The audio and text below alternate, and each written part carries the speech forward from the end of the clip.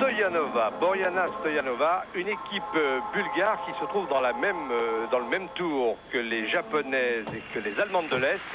C'est-à-dire que ce sont des jeunes filles qui, en principe, luttent dès ce matin ici à Séoul, pour la médaille de bronze, car en principe, la Roumanie et l'URSS devraient remporter les médailles d'or et d'argent. Ça, je pense que ça ne fait pas beaucoup de doute, mais enfin, sait-on jamais.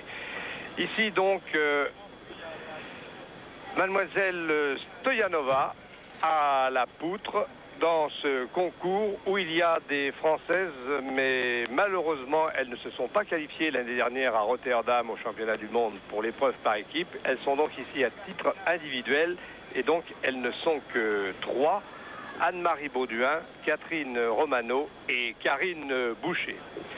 Auprès de moi, pour suivre ces épreuves, Laurent Barbieri, lui malheureux, car il comptait bien finir sa carrière ici à Séoul, et malheureusement, une blessure l'a obligé, n'est-ce pas Laurent, à mettre un peu prématurément fin précisément à cette carrière.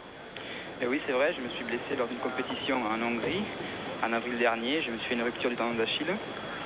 Bien sûr, c'est une blessure qui tombe malheureusement un petit peu trop tôt. J'aurais préféré qu'elle tombe après les Jeux Olympiques. Mais l'essentiel, c'est d'y être, de pouvoir participer quand même à cette compétition. Eh bien, vous près de nous, mais il faut dire qu'il y a eu une autre mauvaise nouvelle aussi, c'est Jean-Luc Quéron qui s'est blessé. Ici, il l'était déjà un peu, on pensait que c'était guéri, qu'il pourrait faire ce...